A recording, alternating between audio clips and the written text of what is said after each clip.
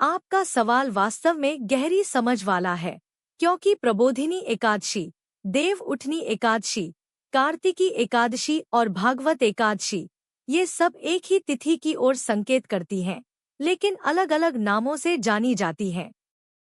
आइए विस्तार से समझते हैं। एक एक ही तिथि, अनेक नाम। कार्तिक मास के शुक्ल पक्ष की एकादशी अर्थात कार्तिक शुक्ल एकादशी हिंदू धर्म में अत्यंत पवित्र मानी जाती है। यह तिथि वर्ष में एक बार आती है, परंतु इसके अलग अलग नाम इसके अर्थ, क्षेत्र और धार्मिक प्रसंगों के अनुसार हैं।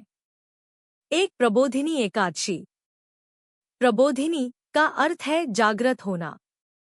इस दिन भगवान विष्णु 4 महीने चातुर्मास की योग निद्रा से जागते हैं, इसलिए इसे प्रबोधिनी, जागने वाली एकादशी कहा जाता है। इस दिन से मांगलिक कार्य जैसे विवाह आदि पुनः आरंभ होते हैं। 2 देव उठनी एकादशी। देव उठनी या देवोत्थान का अर्थ है देवता उठते हैं।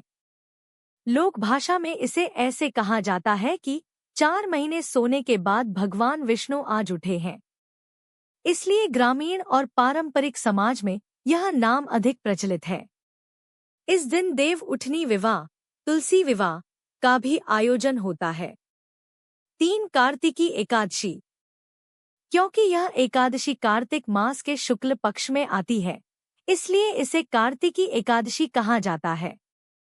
यह नाम पंचांग या धार्मिक ग्रंथों में अधिक प्रयोग होता है।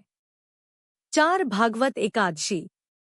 इसे भागवत एकादशी इसलिए कहा जाता है क्योंकि इस दिन श्रीहरि विष्णु की पूजा, भजन, कथा और भागवत श्रवण का विशेष महत्व है।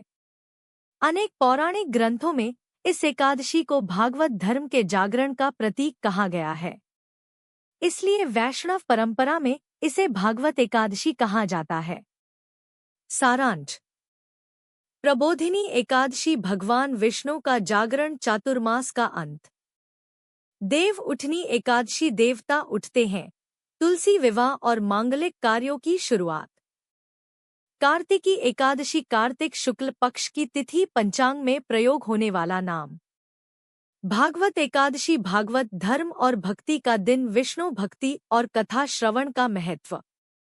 ये चारों नाम एक ही दिन कार्तिक शुक्ल एकादशी के हैं।